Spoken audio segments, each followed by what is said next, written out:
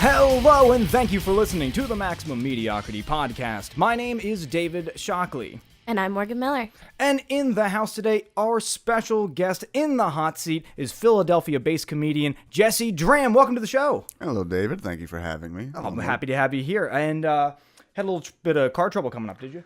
It was predictable. Car trouble is what it was. It's this weird thing where if I go too far, it'll say check transmission, and I'll go and check my transmission, and it'll be fine. It's still there. Exactly. Yeah. Nobody took it. No engine goblins or anything. But no, it's just a thing like, okay, I just need to stop and cool it for a minute, and the car doesn't behave any differently. It just the little thing leaves me alone. So. The little goblin kind of... The little man who lives in my car and occasionally chides me for not doing something. He must be related to the Tangle Gnomes. Yes. Tangle Gnomes, the gnomes that live in your pocket, and every time you put headphones in there or any type of cord, they okay. tangle them in there. I'll be honest, I totally agreed, having no fucking idea what you were talking about. This is like the Tangled movie? But no, I'm aware of the concept. I think they directed the Tangled movie. Okay, so they're moving up. Good. I like diversity in Hollywood. Yep, they took the small part-time jobs messing with cars and cords and pockets, and now that they're slowly getting the fame they deserve. So now we're going to start today's episode the way we start off every single episode. We're going to do a quick cheers just to wish goodwill on the podcast episode. Morgan, are you ready? Absolutely. And what are we drinking today? New Amsterdam vodka. And what are we washing that down with? A mango wheat Blue Moon. Ooh, fancy. Cheers. Cheers. Very nice, and we have the honorary cheersing vape over here with Jesse. Yeah, I wasn't sure whether or not I should say that I'm not actually drinking. No, totally fine.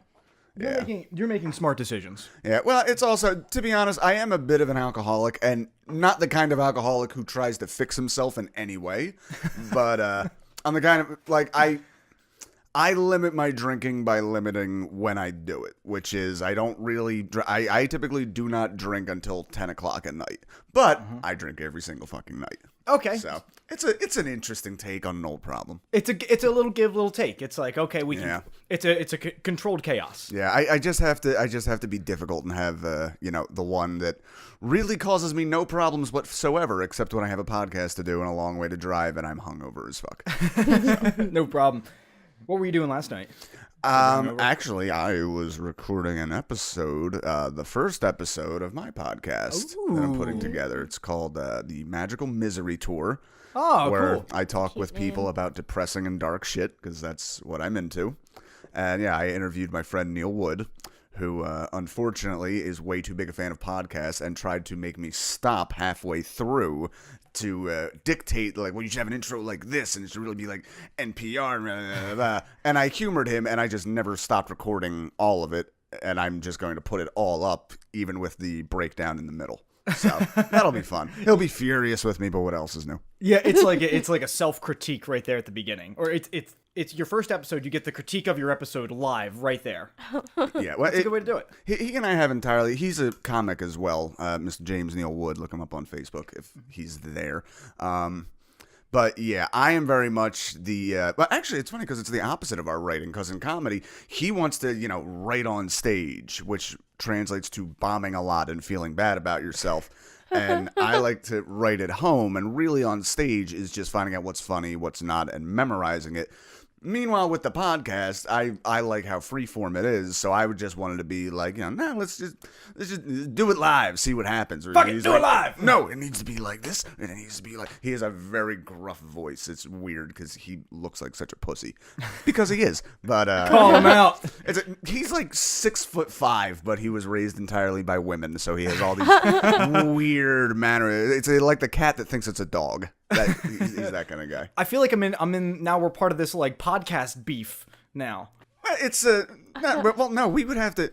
If you and I are heading separate podcasts and we're not beefing, that's fine. I'm talking about the beef I had with my first guest, which no. I guess it is kind of a thing. So we're safe. No. You're safe. Just don't wear red in my neighborhood. So you brought up bombing. Can you tell me about the worst show you ever had? The worst show I ever had technically didn't happen. It was. That's perfect. Oh God. Okay. I'm not gonna name names, even though I think it'd be very obvious to anybody in the New Jersey comedy scene. I'm originally from New Jersey, so Okay. like literally right over the bridge. So it's the same thing, but it's miles apart in the Philly comedy scene. Like they still consider me a Jersey guy, though I've lived there for 4 years. Because you weren't born there. You haven't. Right, spent yeah. the majority Well, of your no, life. because I was born there, and I did also, when I started, I was back and forth over the bridge, and frankly, I'm actually much closer with the Jersey guys than a lot of the Philly guys. And it's just, I don't know, it's a mentality. I hang out with the white trash college dropout kids, and as opposed to the Philly English major kids. Yeah. But Sounds good to me. yeah, it was a show in Atlantic City. Me and my friend Neil Wood were opening up at a comedy club, a legit comedy club, so we thought. And we were opening for the Reverend Bob Levy and Lilo Brancato. Those are great names. Oh, yeah. Well, Lilo Brancato, if you're not aware, he was the main actor, the kid in the movie A Bronx Tale, if you've ever seen it. I've never seen. Did you ever seen it? No. Nah, it's a great movie. He was on The Sopranos. Went away a little bit for attempted murder because he believed his own shit. But he was very nice when we met him. But when I say nobody showed up, I mean goose egg, zero, zip, zilch, nobody. Literally nobody was in the crowd. Yep. And on top, the other fun thing about this happened to be the very first time I decided to take my girlfriend to one of my shows with me. Oh no. Yeah, it's okay. She wasn't impressed with me before that, and and she's my ex now. So really, who cares what she thinks? Well, I want to back up just a little bit. Now you mentioned, I know we mentioned a little bit of having beef, different podcasts. There's some beef that I want to clear up here. I want to ask you about whatever happened to the accusations that you put against Andrew Fox of the Andrew Fox Show that he was stealing your jokes. I want to know how'd that whole thing turn out. Well, What was the court verdict? I want to put out there that despite being a no good joke thief, I still treat Andrew as a good person. As a matter of fact, you may be aware he really, really hates his job at Whole Foods. So I just, pulled a few strings and got him an office job at my place of work in the city. So maybe he'll learn to be a better friend someday. This literally just happened this week. Oh, wow, nice. Yeah. But the story with that was I had posted a joke on Facebook, which was something along the lines of Prince and David Bowie died right before the Me Too movement. Thank God for them and their legacies. And then, it got a few likes. Not one of my better Facebook jokes. It was kind of hack, but whatever. But a week and a half later, Andrew Fox posts literally like 3-word difference of the same joke. Uh-oh. Oh no, And he didn't. So I confront him on Facebook by doing a screen cap of my joke, and then I notice the fact that he actually liked that status.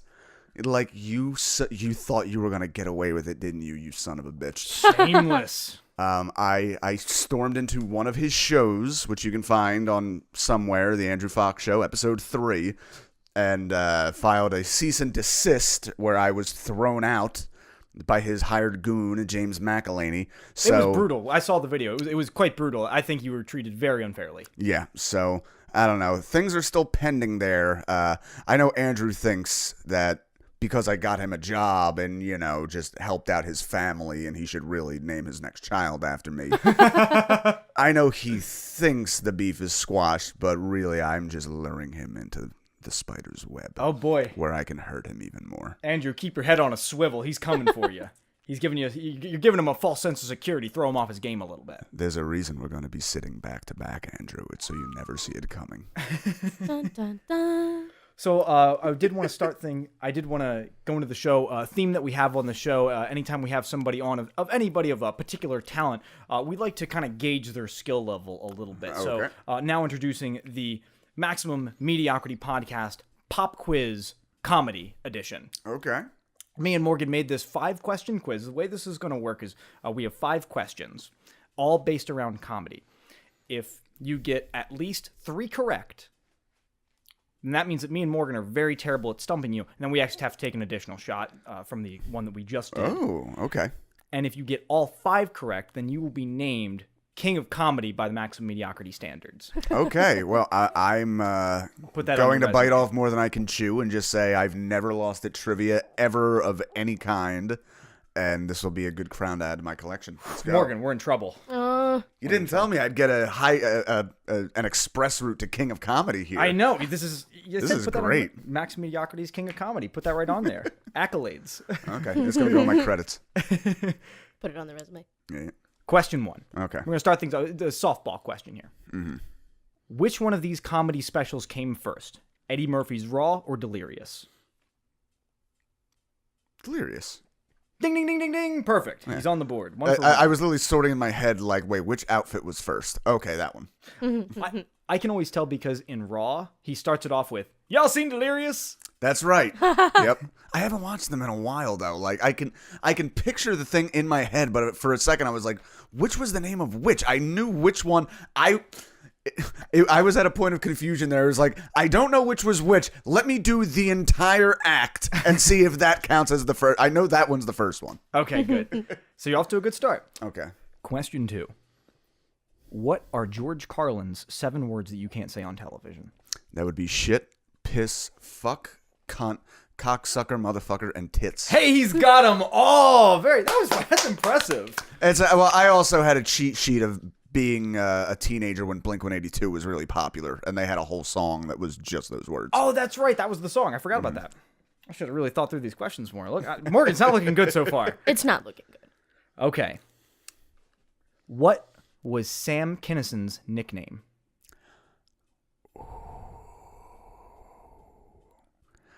I know. Wait, his nickname to whom?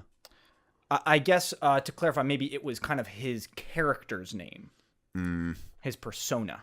The only one I'm aware of is Brother Sam, and I don't think that is it. That I'll give you an honorable mention for that because not a lot of people know that because he was a pastor, right? Right. Yeah, he'd been a preacher as a young man. Grew up in a very religious household. That's right. Yeah. It was actually the Beast. The Beast. I would not have gotten that. All right. I was going to guess Wild Thing because I knew he had that. He recorded a cover of that, and God, what a bad idea. But you know, if that was your nickname, I could see that. Yeah. I think that was a big one. If you've ever seen if you ever listen to like the Mark Maron podcast or ever listen to his stuff, he often references his time with Sam Kinison. Okay. And that's kind of where I pulled that information from. So God only knows how common that information is. Question 4. Mitzi Shore, whom recently passed away in April, was the owner of what comedy club in California? Comedy Store. The Comedy Store. That was an easy one. So I'm at 3. What was Mitzi Shore? You had a fun fact about Mitzi Shore. That's Pauly Shore's mom. Really? Oh. Yeah. You go back and watch some of those documentaries about the Comedy Store. They literally talk about like Andrew Dice Clay and Sam Kinison babysitting. Jesus Christ! Oh, I think I invented a new sport. Babysitting a young Pauly Shore, and the really sad thing about all that, surrounded by all those funny people, and it seems like none of it rubbed off on Pauly. Oh, poor Pauly. Question number 5. okay. Which we're already drinking. We're fine. It's just to settle the score. The Comedian is a superhero in what graphic novel turned Watchmen. movie? There we go. He's got it. 4 out Motherfucking of Sam 5. Kinison, I was almost the king. You're almost the king. Honestly, I almost want to give you an honorable 5 out of 5 because you knew the pastor thing, which is pretty much just as rare as information as the Beast. He actually has a very interesting death story, which, by the way, is what my podcast is all about. I'm not trying to turn it to that, but I was fascinated by his death story because apparently he'd moved away from faith a lot towards the end. Are you aware how he died? Nope. So the irony was he had gotten clean and sober, mostly clean and sober. Autopsies said different things. He had cleaned up his act a lot, only to die after being struck by a drunk driver. Gosh dang it. And the weird thing about this was whoever was in the car with him, they said like he didn't show like, you know, he didn't get his face smashed in or anything like that. What happened was they'd gotten such blunt force trauma that I think he had like a severed aorta or something where he was like bleeding out internally, but externally he looked absolutely fine. He had just been violently shook. So he's laying there in the street and like looks like he's dying. Nobody's sure why. Everyone else in the car was fine. And he's just looking up at something, and he goes, I don't want to die, I don't want to die. And then he just stops and looks at something, and he goes, oh, yeah, okay, let's go. And that's it. That's it. And then he just died on the spot. That's spooky. Yeah. Right? Got goosebumps. Right? Woo! Well, did you know that I heard that when he was a child, he had gotten hit by a car. Yeah. And that's kind of what turned him into Sam Kinison. He was totally different after Yeah, that. he was said to be just a regular kid, and it was after that he got kind of, turned up to 11, which that sort of thing does happen with some traumatic brain injuries. A lot of people, will get much more aggressive. They'll get much more expressive. In one really weird case I heard on NPR, a fellow with a brain tumor started compulsively looking up child pornography. Oh, my God. Having never had that problem before. Jeez, try to use that one in court. Right, he did. It was a brain tumor, I swear. Let me get this vodka. Now, I think he got a slightly reduced more than normal sentence, because it wasn't just like looking at the stuff. It was literally like going, like they could see, like, went and downloaded it, deleted immediately, went and downloaded something else, deleted immediately. Like there was a definite like compulsive aspect to it, it seemed. But I think they convicted him because one of the bits of evidence was he only did it on his home computer. He never did it on his work computer. Ergo, he knew it was wrong and he would get caught at work, and that's why he never did it. I don't know. Are you telling me that pedophiles go around thinking that looking it up on any computer isn't wrong? It's not a matter of That is a good wrong. point. It's a matter of being caught. It's okay because it's on my home computer. Doesn't count. Safe seas. Safe seas. My foot was on base. I call home base. My foot was on base and my hand was somewhere else. How do we go into a cheers from that? To pedophilia. to compulsive pedophilia. To wily pedophiles, may they come up with ever better ways to not get caught, but still get caught because they're monsters. Cheers. Cheers to that. And I will click my vape. Oh my God. I gotta turn this up a little bit. That's insane. And I think that's an interesting story with the guy, the compulsive pedophilia. It's like he wasn't even looking at it, really. He just needed to download it. Right, exactly. Well, no. He was looking at it, but it was in such a weird pattern that it didn't. Well, the way a lot of these guys get caught, like Gary Glitter, for example, who does the na na na, ay, ba-na-na-na, na. Yeah, famous pedophile. Still love that song. Wow. But the way a lot of them get busted is they take their computer to get fixed, and people find it on their hard drive. So, Pesky people looking at hard drives. Can you imagine if you're a computer person, how much shit you have seen? Oh, Jesus Christ. that people just thought they got rid of. Yeah, because it's still there. It takes a lot to wipe something. It's even more horrifying when you realize the shit people put out in public willingly. What the fuck are they hiding? That's a good point. Well, when I just broke up with my boyfriend, I don't really use my laptop too often. So I open up my laptop and I go to type something in and I see a whole bunch of porn. It was astonishing how much porn was looked up on my computer. There's so much of it. I can't even knock that because I'm sure that's all that. It's like this computer is used for two things, and one of them is podcasting. But I did him a solid. I just cleared history. You just saw it, and you're like, "That's not for me." Here you go.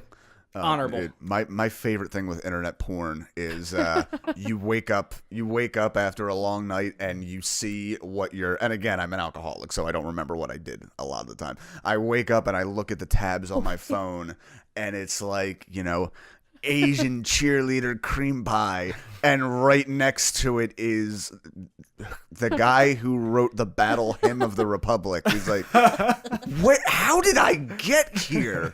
Like, I was just like, oh, yeah, hot Asian. Like, oh, the Battle of Kyoto. Well, that's where I got to go next. I love it. That is pure comedy to me, because all comedy is to me is making unexpected connections.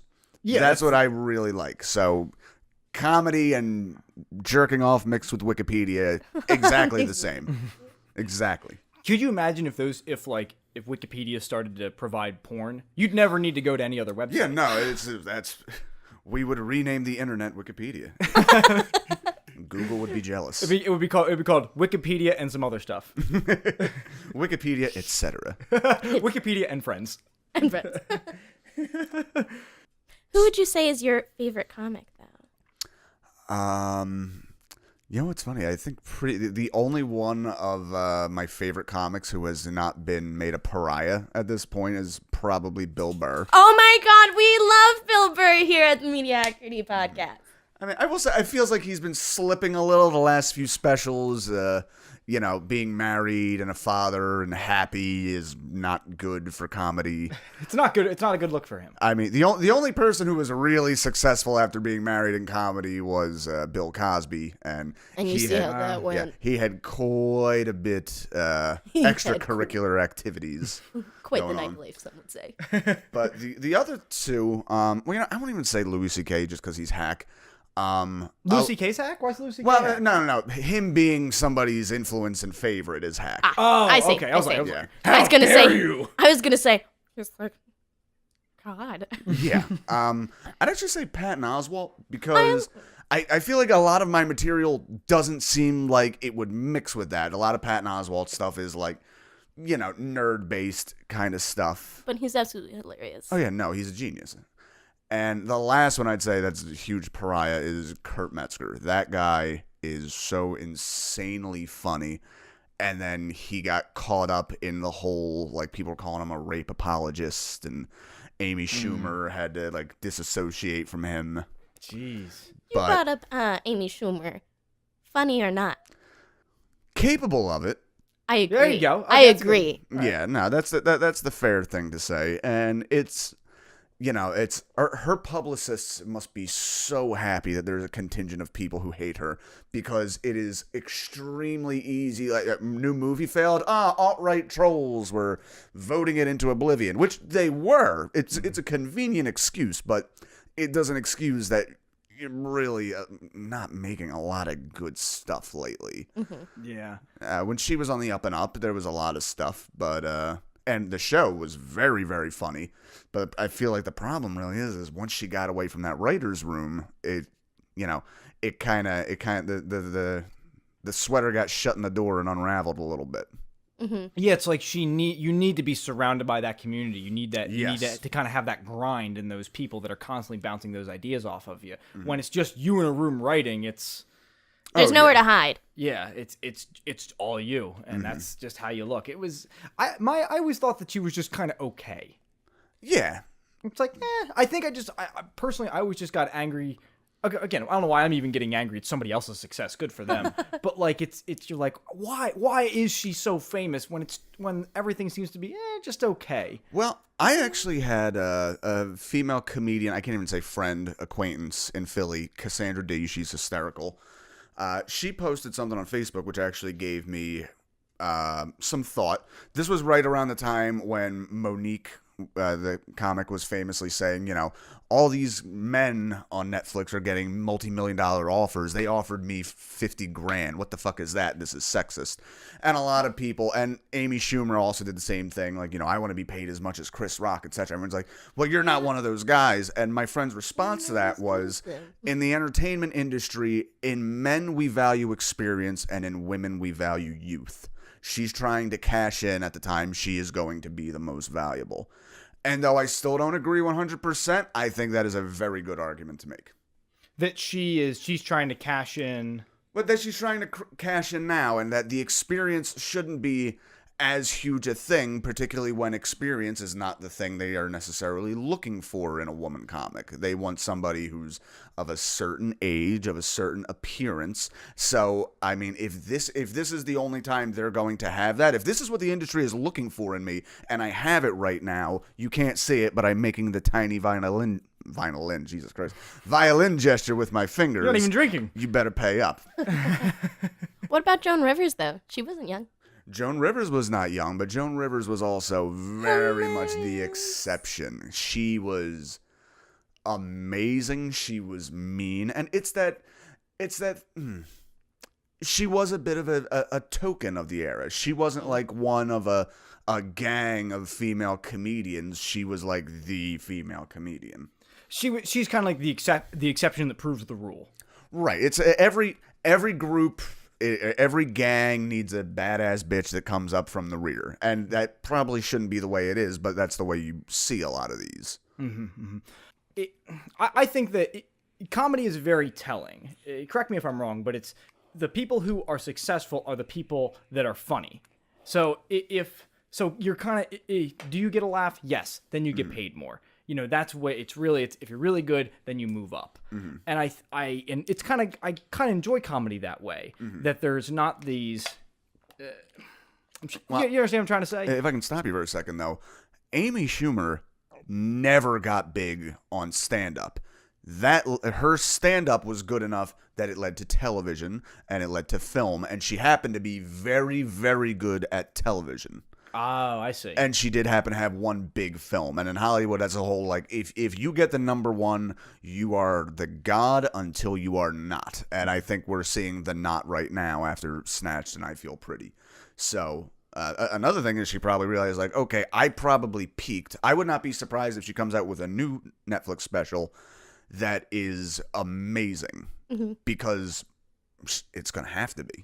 Yeah. Right. Because she's kind of on the wane right now. Right. She's peaked, and now she's coming down off that peak. She rose hard and fast, and that's just kind of how it's the two different career types. Either you can have a career with a slow build that never hits extreme, but you have a longer career, or you can have a short career that peaks very fast and then plummets very fast. Right, and that's all going to come up to whatever she decides to do next. Because right now, naturally, she's hit that. But it doesn't mean she's down for the count. It just means she needs to try harder and not just take whatever, project. Yeah, yeah. She's got to be funny, in other words. Yes. Stop making so many vagina jokes. We get it. Right. Now, she's gotten enough shit that she would need to... I can't even say silence the haters, one, because it's a thing 13-year-olds should say and not grown men. But there is always going to be a contingent that's just going to hate her, but she needs to put something out that's undeniably, that the people who are on the fence are like, oh, dude, fuck those guys. That was great. Yeah. She has a lot of people, because you have these two camps. You have people that really, really like Amy Schumer, that are in her core demographic, and then you have the people that absolutely hate her and hate her very, very openly. And they're right. That's where that's kind of what we know her for now, is being hated. And right. So you have to convince those people that don't give a fuck. She needs a new audience. Right. Yeah. No, the people, you're not going to turn the people who hate you. You need to get the people who are indifferent, don't know, or don't give a shit. So. We'll see how that happens. I'm surprised they didn't pull her into Ocean's 8. I am right. Very she would have been an.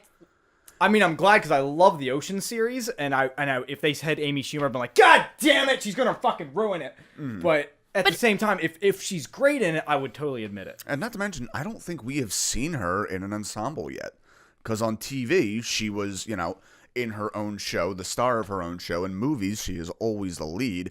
We haven't seen her interact with other people. Yeah, I think we just need to see her. I think you're right. You need to see her as an ensemble. Who's to say she, in the Melissa McCarthy role, not quite the same I was role. just gonna say that. But in something like that, she might be a great support. And if she's not counted on to carry the whole thing, Yeah. I think Amy Schumer is a support person that was a main person for too long.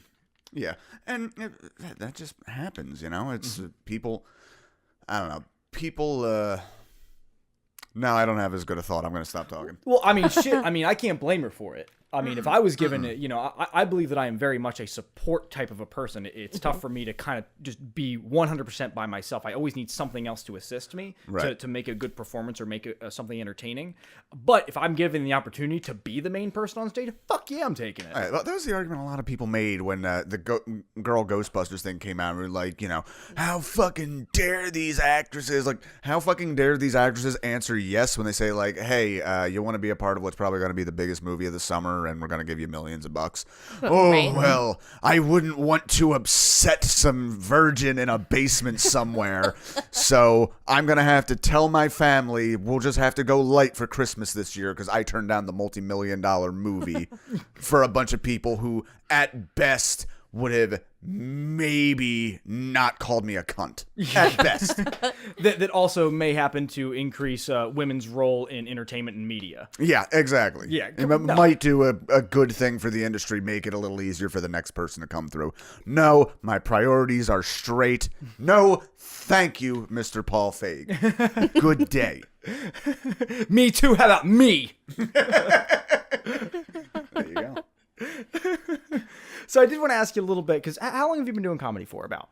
Roughly 4 years. And is that from the first time you went on stage, or from the first joke? I go from the first time on stage just because many people start and stop. I've been pretty consistent.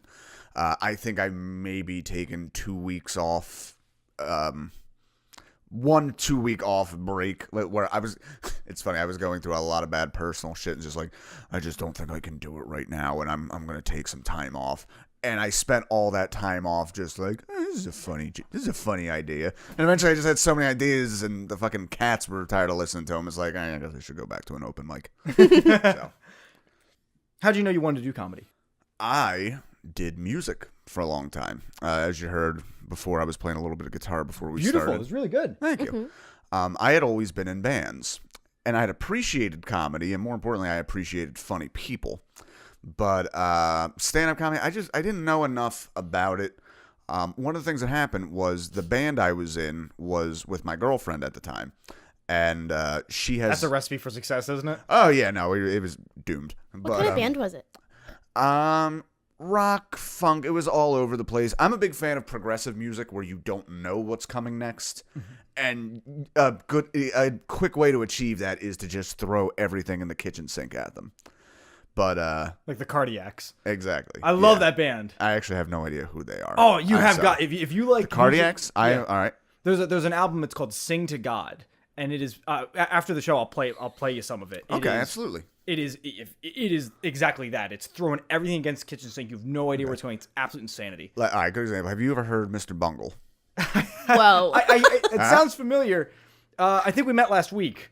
Oh, did he give you a package for me? Yeah. Mr. Bungle was the side project of the lead singer of Faith No More. You know Faith No More? Yeah. Okay.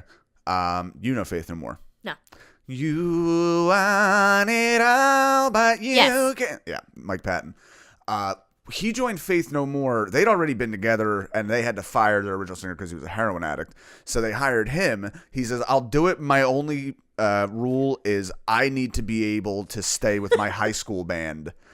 We're a weird death metal group that dabbles in jazz, and we have 2 saxophone players. Oh, wow. I love this. Yeah. And Devin was like, fuck yeah, man. Oh, yeah. You fucking tell him. And they are so goddamn amazing. Just to give an idea of there's a pranksterishness.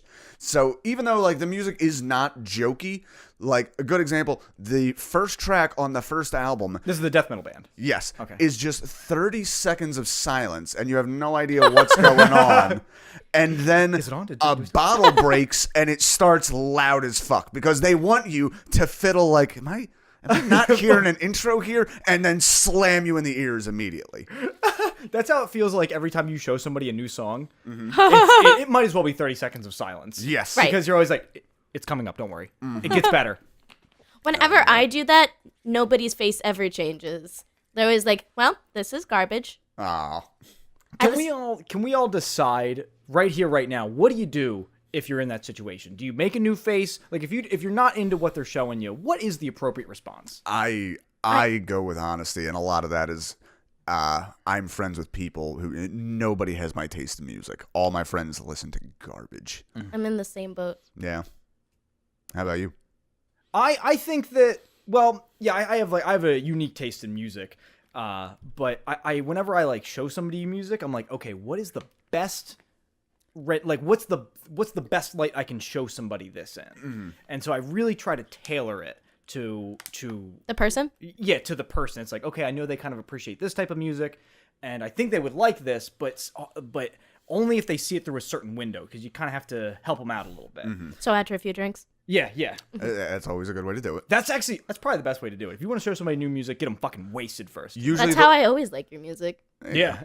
Sober, that sucks, right? See, No, it's still all right. usually the way I'll approach it with somebody is like, have you ever heard of such and such? They're like, no. I'll be like, give me 3 songs. And you can tap out in the middle of any one of them. But a lot of that is I like bands where they have different. A lot of bands, you could play them one song and they'll like all of them. But the bands I like, their songs tend to be very disparate and different. Mm-hmm. So it's all about finding like, okay, where is the air shaft vent on the Death Star that I need to fucking land this for this guy to get into this music? Yeah, exactly. It's like, what's that window? It's like, it's there, but you have to find it. And sometimes it's a failure because, again, I like progressive music where they've even done studies that show a big part of the reason pop music is so popular is because you get a minor chemical reward when you can predict what is happening up next and it happens. That's really interesting. And I have the wiring against that. So anyway, very off topic.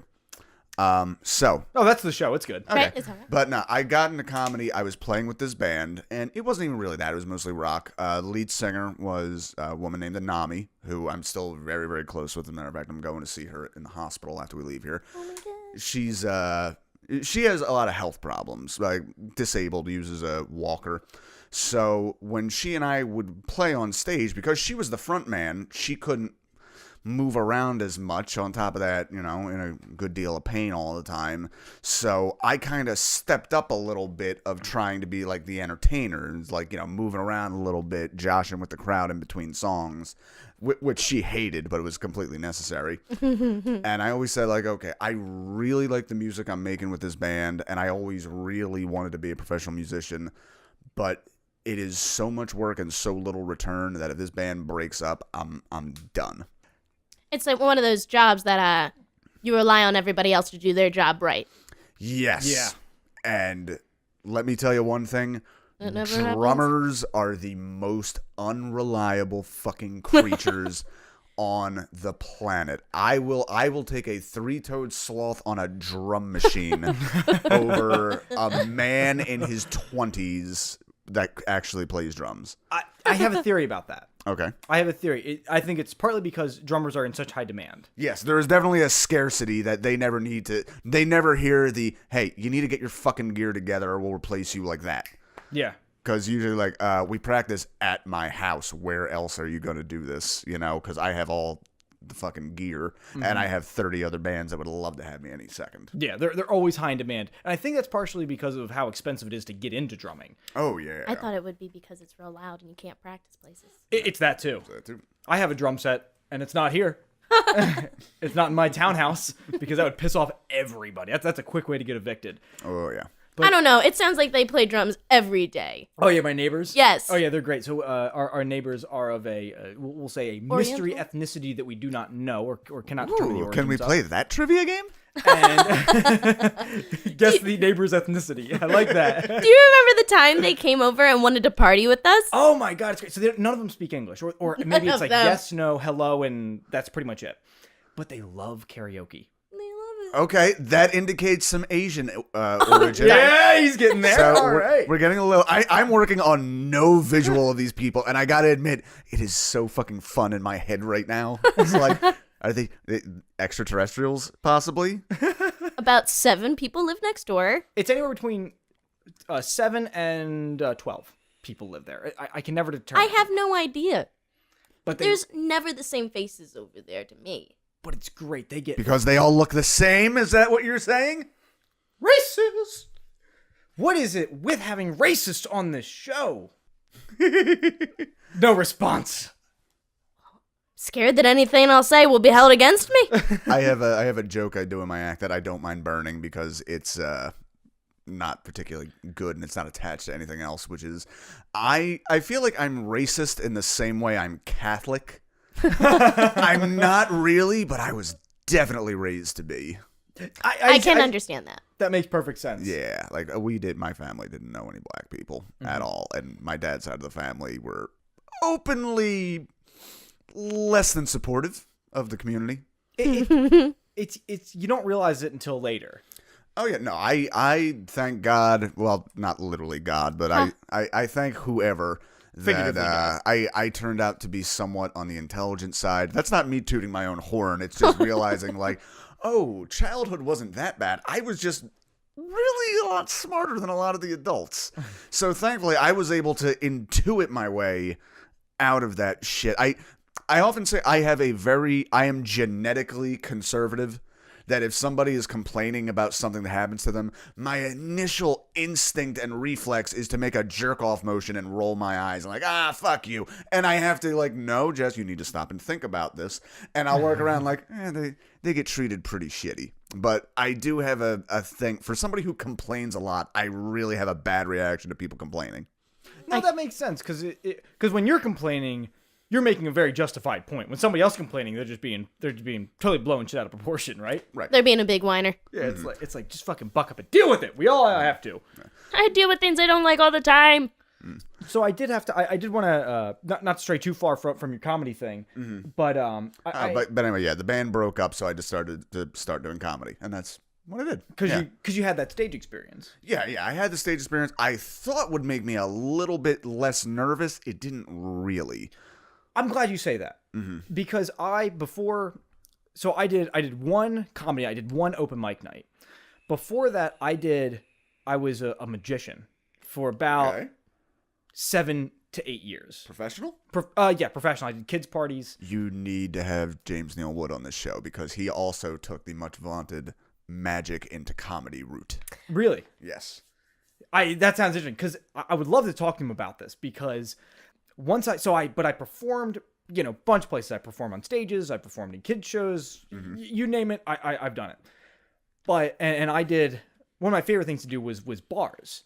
I had one little thing, kind of like, little gimmick that I had where I would only perform a trick on Halloween. It's where I'd swallow razor blades. Okay. And I'd regurgitate them with a thread. Ooh. And it was really cool, and I'd only do it on Halloween, and that was kind of like my thing to get money.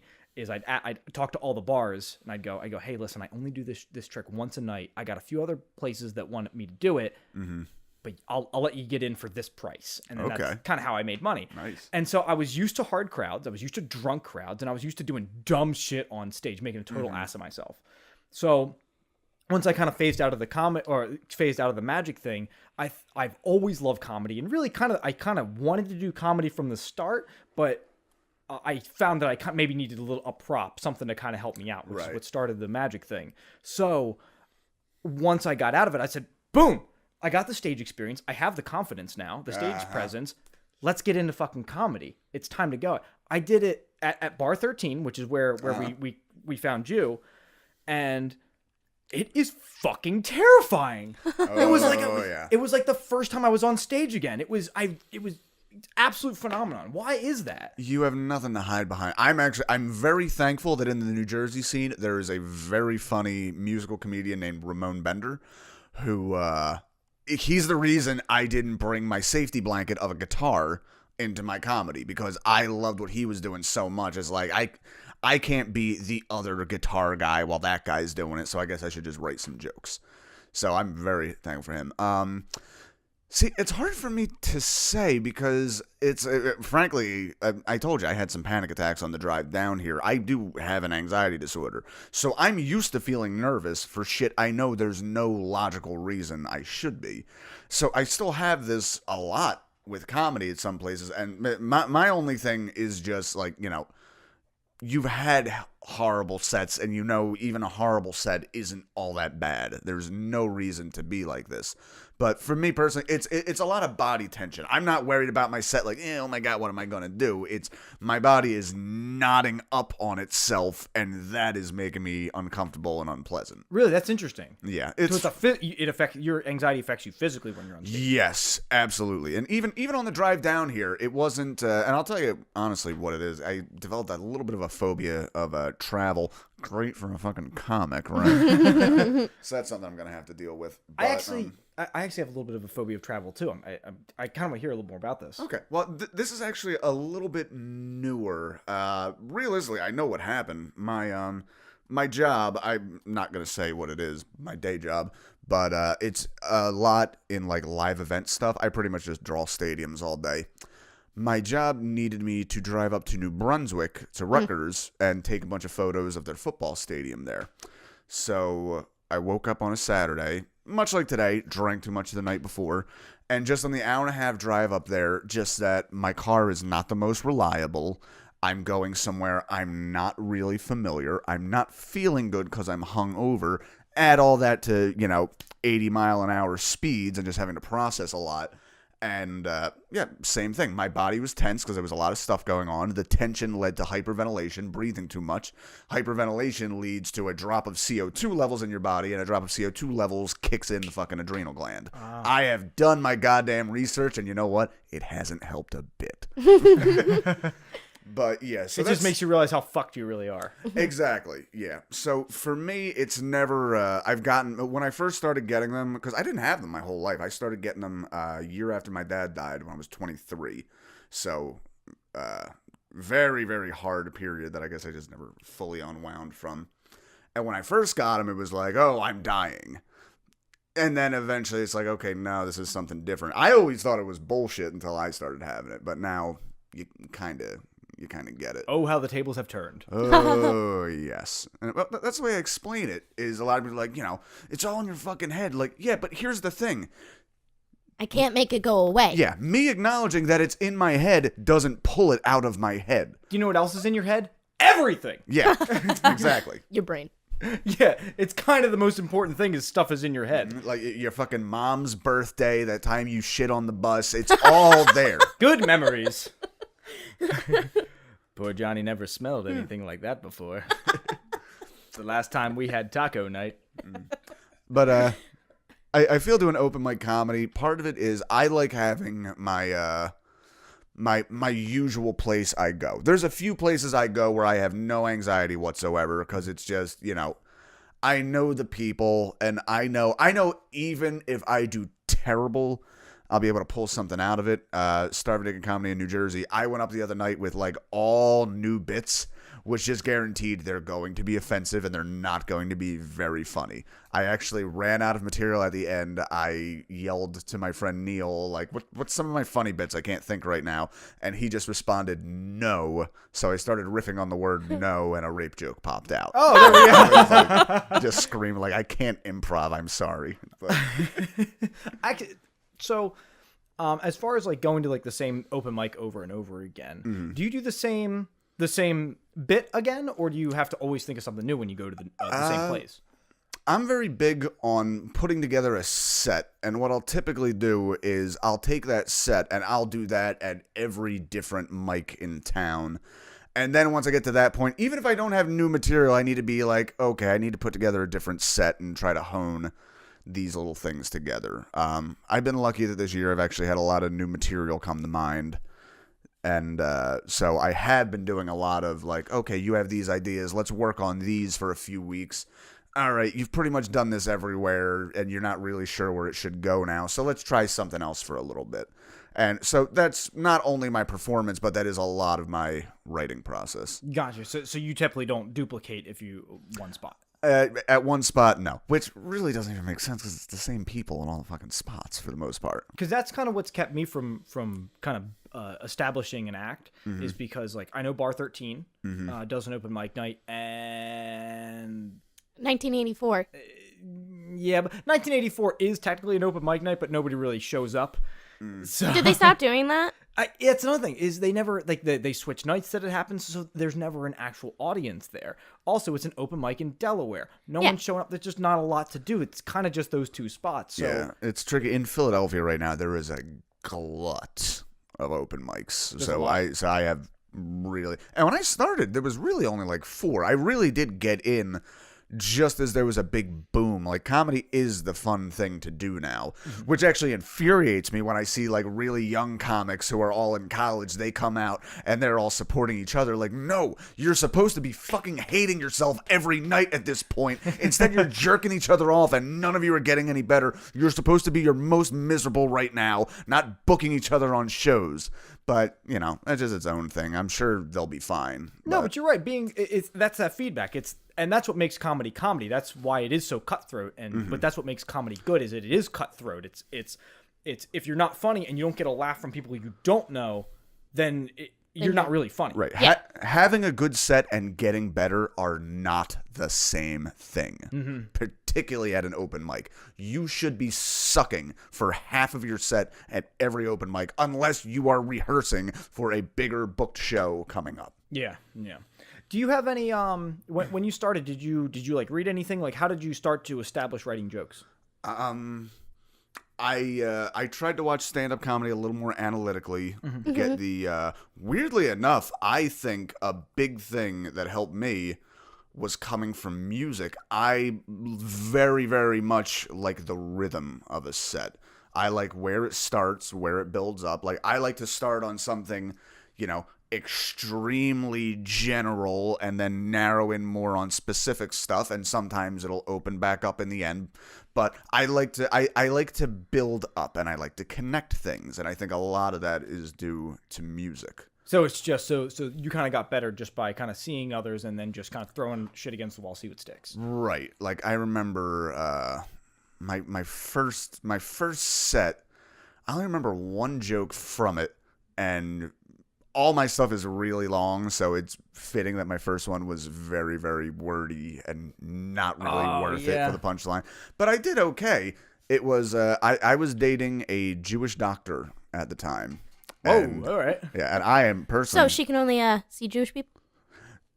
You would think, but no. The women are okay. Only during Jewish holidays. Passover and such? Passover. She only works during Passover. Oh god. Well, she had a sister who married a goy, a that just means non-Jew. I didn't know that. Yeah, but she had a sister who married a goy who was also Is that just like a guy that's not a Jewish person? No, that's all of them. Goy or Gentile. Goy can be a little bit more derogatory, but not really. General white people got a lot of names. Goy, we got gringo. Oh, yeah. We got a lot of names against us. I got called a gringo at work the other day. Really? Gringa with an A, because I'm a girl. Do you know the origin of gringo? No, tell me.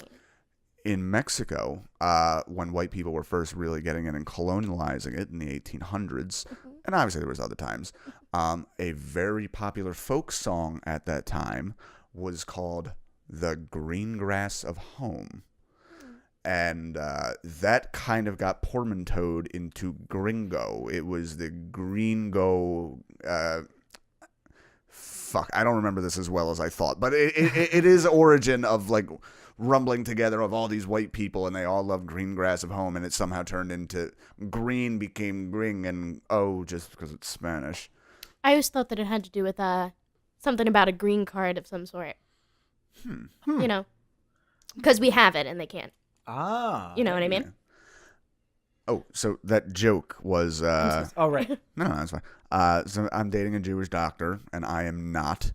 The way I look at this is she knows the way a Jewish doctor's life goes. She's going to marry some lawyer and have a bunch of kids, and then the lawyer's going to fuck his secretary, and they're going to get divorced. And she's skipping all that, and she's going straight to fucking the pool boy. Now, for my first set, that's pretty good. That's good. That's really funny. It's very wordy, though. And, I liked it. That was another thing I didn't know when I first started out, that you should do quick bits, that you should do quick jokes, yes. And then it isn't until then when you start to get booked that then you do longer form stuff. Right, yeah, because our only real reference is, stand-up comedy specials, which are typically about an hour long. I think one of the things that helped me is a lot of people get up their nerve, write a thing, and then go out. Like, I went out to open mics for 4 weeks just as an attendant, just to see what other people were up to. And you know what I found out? Most of these people stink. I am not really that worried. We did that too for a while. Yeah? Me and Morgan, yeah. We would go out, and I guess really just a bunch of our friends, we'd go out and just to go to open mic nights, just because we're fucking masochists and we like to punish ourselves. There you go. It's horrible. But no, I feel like that it really tempered my expectations of, for one thing, it immediately changed the goalposts of what is going to make this a success or a failure.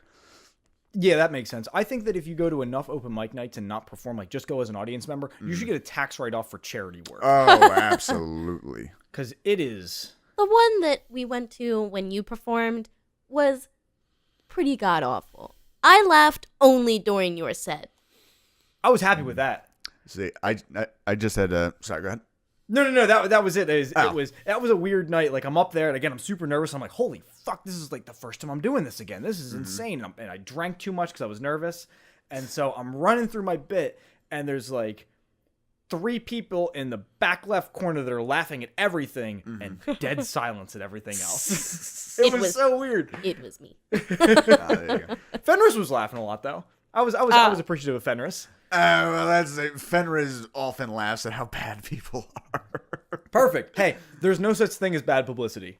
If you can get a laugh, you get a laugh. Very true, yeah. And on top of that, I don't know. I feel like something I love in the comedy community is I love when somebody's going up with brand new shit and be able to go up to them after like, hey, this part is what you need to focus on. That's fucking funny. I like finding the good shit in shit. That's great. That's what people need. Yeah. They need that outside perspective from somebody who kind of knows a little bit more and say, listen, I think that's the good stuff. Cut the rest of this. Right. It's really just fleshing stuff out at the beginning, yeah. I think. What do you have any kind of advice for somebody who wants to get into comedy, what they should start doing? I'd say don't. There's way too many of us. There really is. It's a lot of the people in the comedy scene in Philly now are not in the comedy scene because they're funny or they want to be good. It attracts a lot of weirdos. It's very popular with let's just call them dorks right now, which, you know, some people are dorky. Who cares? Hey, fuck, we're dorky. But a lot of people, this is their biggest social circle they've ever had. Because immediately, like, if you go in Philly, if you go to 4 open mics in a week and people recognize your face, you've made like 70 new acquaintances. That's true. And particularly in the city that you're going to run into because that's how cities work. And that's one of the things I don't like about it because I don't think it makes good comics. I think it makes a lot of hangers on. It makes a lot of friends who are getting booked despite not being that good. And I'm not saying this is sour grapes. I'm getting booked. I'm fine. It's not something I like, and I see a lot of it. Because there's already so much fucking nepotism in comedy. We don't need a whole wing of people who aren't funny, who are just, you know, propping each other up like ants. Yeah, it just makes not funny people, and nobody gets ahead. It just makes bad comedy. Right. Well, people support each other just to be nice, which is nice to a point, but that has to drop off. Right, because that's how you get better. If you come in and you're getting laughs right off the bat, I actually feel... I don't want to be sexist because I'm trying to say exactly the opposite of it, but nothing bums me out more than when I see a 22-year-old trying it out for the first time and everybody's tongue up her asshole. It's like, I am so sorry that these people really want to fuck you more than they want you to be funny, because the way they're treating you is it's leaning way more towards them fucking you than you becoming funnier because of it. And that bums me out because it's like, well, that's just a thing. I couldn't imagine being a woman in general just because a hot woman, yeah. I could not imagine just having to be that suspicious over motives. Yeah, because you never know. Right. That's the great thing about being ugly, is that you know exactly how people feel about you at all times. Mm-hmm. That's why I try to be upfront and like, oh yeah, no, listen, I would totally fuck you, but I'm telling you this because you need to hear this. And if you ever need a fucking, here's my card. And doesn't translate to many fuckings, but you know. That should be on your business card. But you learn by failing, as we have said. That should be on your business. Jesse Draham. For fucking or comedy advice. And just give that out. You got business cards, Morgan, didn't you? I did. What do your business cards say again? Just another asshole who can make business cards. That's it. And then it has my number on it and my name, obviously. There you go. I don't think anyone has ever called me from a business card. Nobody's called me from mine. Yeah, no one's called me from mine. It would help if I had put my phone number on it, probably, but... There you go. Oh yeah, you just put your name and you like see the white pages. It just says Dave. That's it. Yeah, your number's not on this. Like, am I your fucking slave? Google. Use Facebook, dickhead. Speaking about booking, so this is probably going to come out July 1st. What shows do you have coming up? What do you want to plug? Just while we're thinking about it. Okay, well, I advanced in the Phillies Funniest contest 2 weeks ago. Nice. Yeah. It's the first round, and there's a lot of scrubs, so it's I really, really wanted to do this, and then as soon as I did, I'm like, this means nothing. But my next one is July 8th at 10 o'clock. That is at Helium Comedy Club. It's at 20th and Sansom in Philadelphia. Very easy to get to by public transportation. I don't expect any of you to show up, but you're going to regret missing it.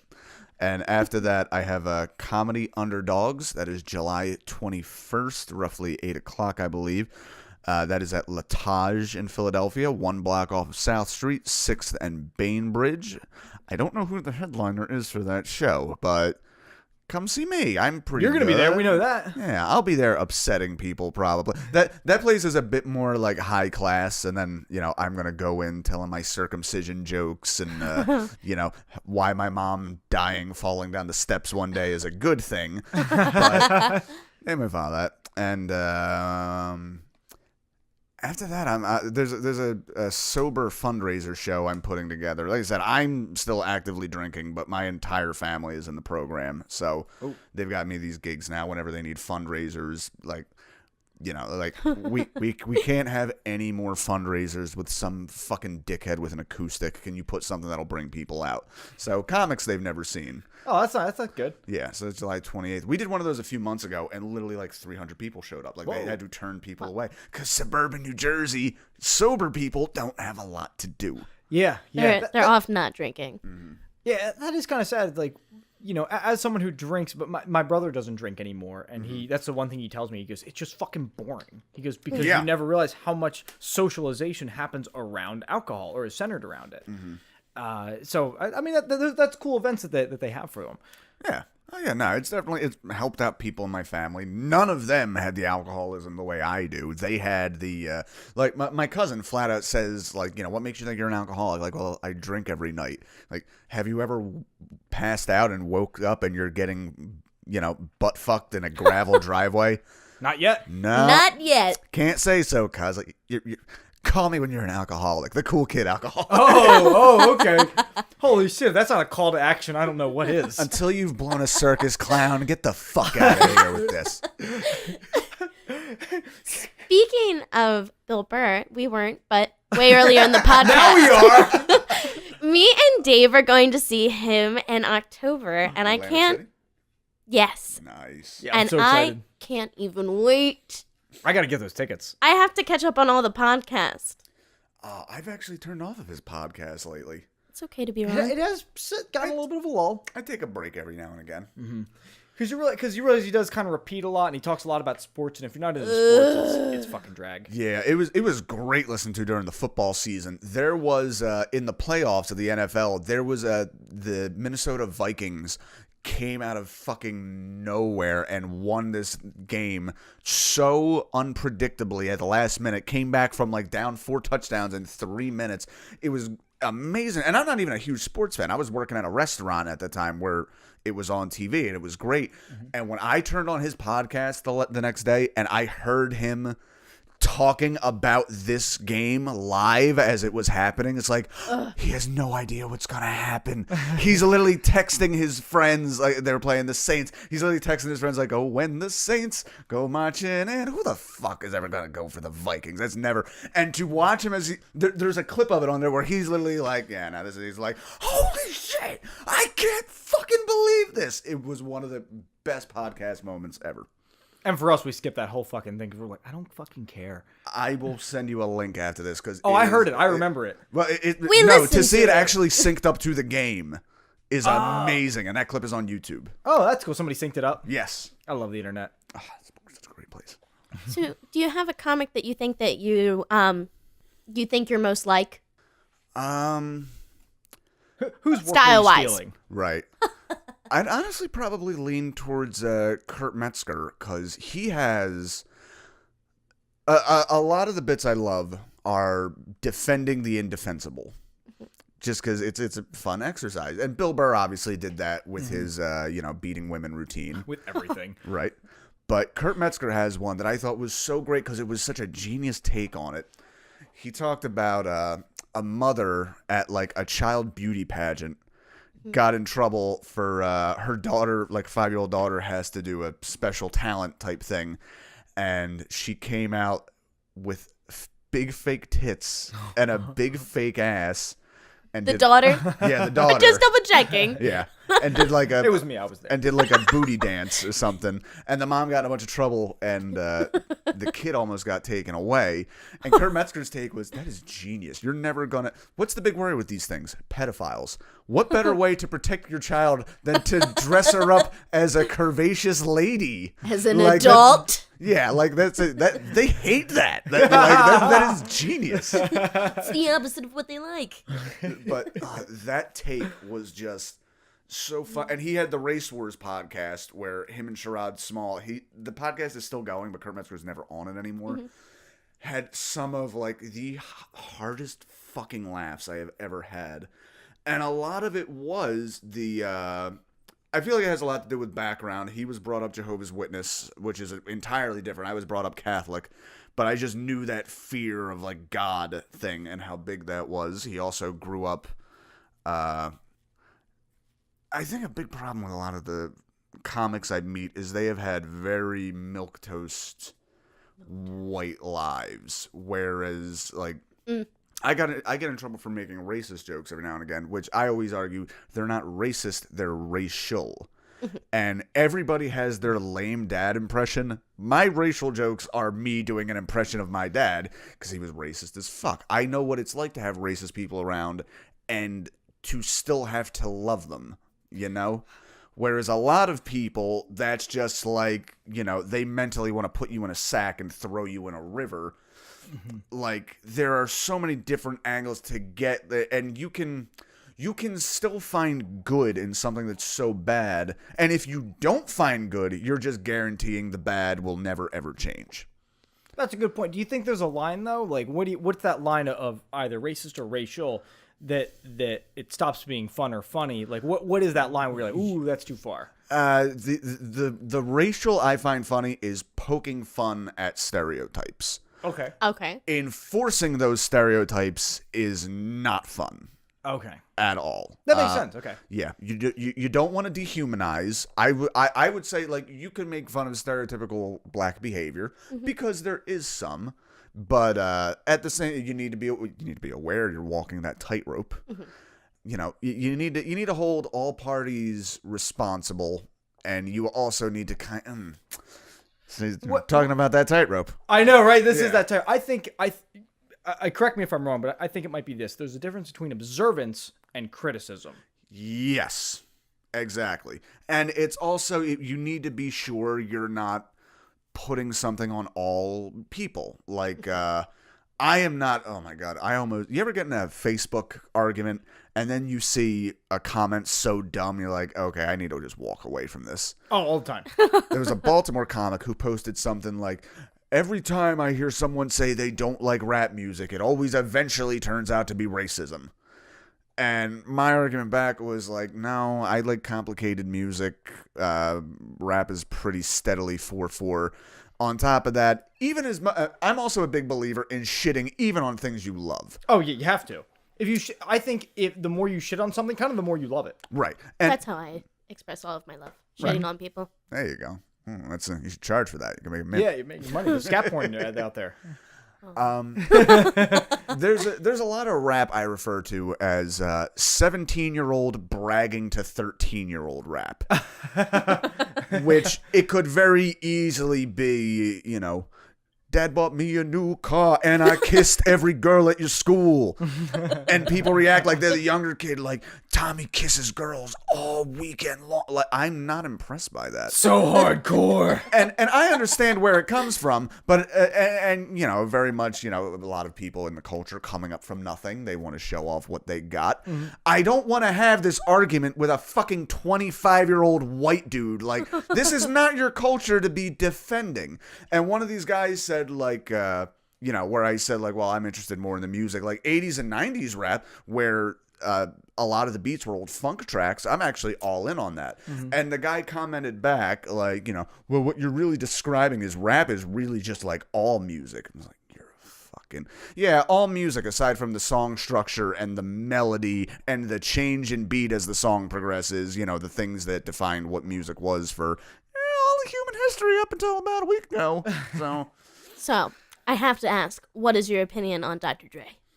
I have the Chronic on vinyl, and I was actually listening to it last night. And dear God, I am so glad that as much as I'm sad about the death of the album because I like listening to full albums. It has killed skits in hip hop. Skits on albums. You're looking at me like that, but as soon as I make some examples, I feel like we'll get it. Who are some of your favorite rappers? Watsky. You got to go older. I don't know who that is. Oh, fuck. I know. That's the English graffiti artist, right? Yeah.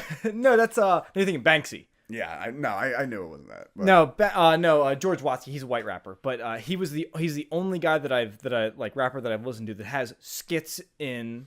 It's like spoken word stuff, and it's bits, right? Okay. Well, like a lot of them, I know like the first 3 Eminem albums, there's like Ken Kniff, the guy who just calls and makes veiled homosexual threats at him. I know ICP did a lot of them. Dr. Dre, there's a whole bit where it's like Dr. Dre's girl is like, he's literally a doctor. Like, I'm here to see the doctor. Well, he's busy right now. You tell him I want to see him. Well, he's fucking somebody else, bitch. And then you hear the clip clop of her walking in, and he's fucking some nurse on the doctor's station. Wu-Tang, they had a whole thing like, yeah, somebody's, I'm gonna sew your asshole shut and just keep feeding you. And like, no That's music. Where Chris gets that. He asks everybody all the time, what if I sewed your butthole shut and fed you? I am so glad there's a basis for that, and that's not what he just thought up. He stole it from Wu-Tang's first album. That son of a bitch! God, we're going to have to beat him. Oops. Chris, we're calling your ass out. But yeah, so these are PA that was he's one of our PAs. Oh, okay. But yeah, so there's a lot of 80s and 90s hip-hop. Going into the 2000s, Eminem was the last one I was really aware of because I didn't really follow hip-hop much beyond that. That there were a lot of these skits, and oh, dear God, they did not age well. Well, I think we're just about at our time. Where can people find you if they want to keep updated on you? You can find me on Facebook under the name Jesse Draham. That is in D as in dog, Raham as in Montana. I am on Twitter at @JDram. I haven't really cleaned my history much yet. It's still the same Twitter I used professionally when I worked at a porn company as an editor. Whoa. So there's some old articles and shit on there that are a little not safe for work. Also, I can't call it trolling because I'm me, but there's some stuff I probably need to clean up on there. So if somebody ventures to your Twitter, they're getting into some stuff. They're gonna find me arguing with a lot of mentally ill people who are too dumb to realize I'm totally destroying them. Shitting back and forth forever. Yes, exactly. That's what it is. And now, generally how we end out the show, I forgot to prep you at the beginning of this, is we play a word game where it's real simple, basic improv game where somebody says a word, and the next person says the first word that comes to their mind based off of that word, and then it just kind of goes in a circle the whole way. Shitting back and forth forever and ever. Got it. Exactly. Mm-hmm. So we'll do it 3 times where each of us starts each time. Mm-hmm. So if you want, I'll go first just to kind of test it out. You can just say which way are we gonna go? We're gonna go this way. Okay, clockwise. Classy. Is that clear? Yeah, this is clockwise. It's the way we're going. Okay, that's the way we're going. I'm sorry. I'm fucking drunk now. So I was gonna say. I'm pretty fucking lit. I don't know about you guys. All right, let's start it out. Guitar. Microphone. Bass. Strings. Bow.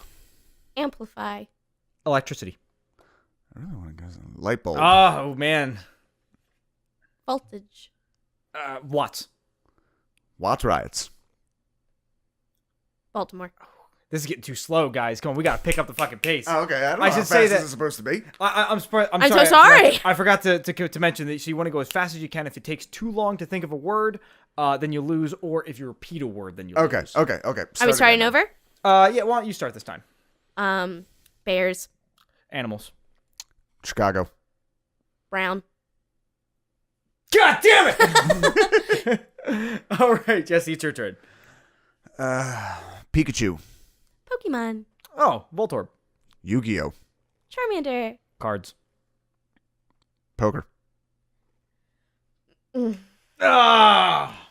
Well, So I'm intentionally trying to change stuff up. I don't know. I know, it's good. You tripped her up. That was good. Right. I kept thinking about Yu-Gi-Oh! I was like, I want to do something that relates to that, and it. Well, I couldn't. You know what? As soon as you said guitar, and then it's like, oh, we're just gonna do fucking instruments this whole time. It's like, it's something else. But Yeah, the thing is, you gotta. It's then somebody else can change it up. It might not be instruments anymore. It's right. a Well, fun game. really, the honest God truth is, like, the moment I say my thing, I'm actually picking off of my own thing as opposed to what anybody else said. So I was trying to don't think in your head, think what they're doing, and it's the whole head game. a lot like my transmission going in and out.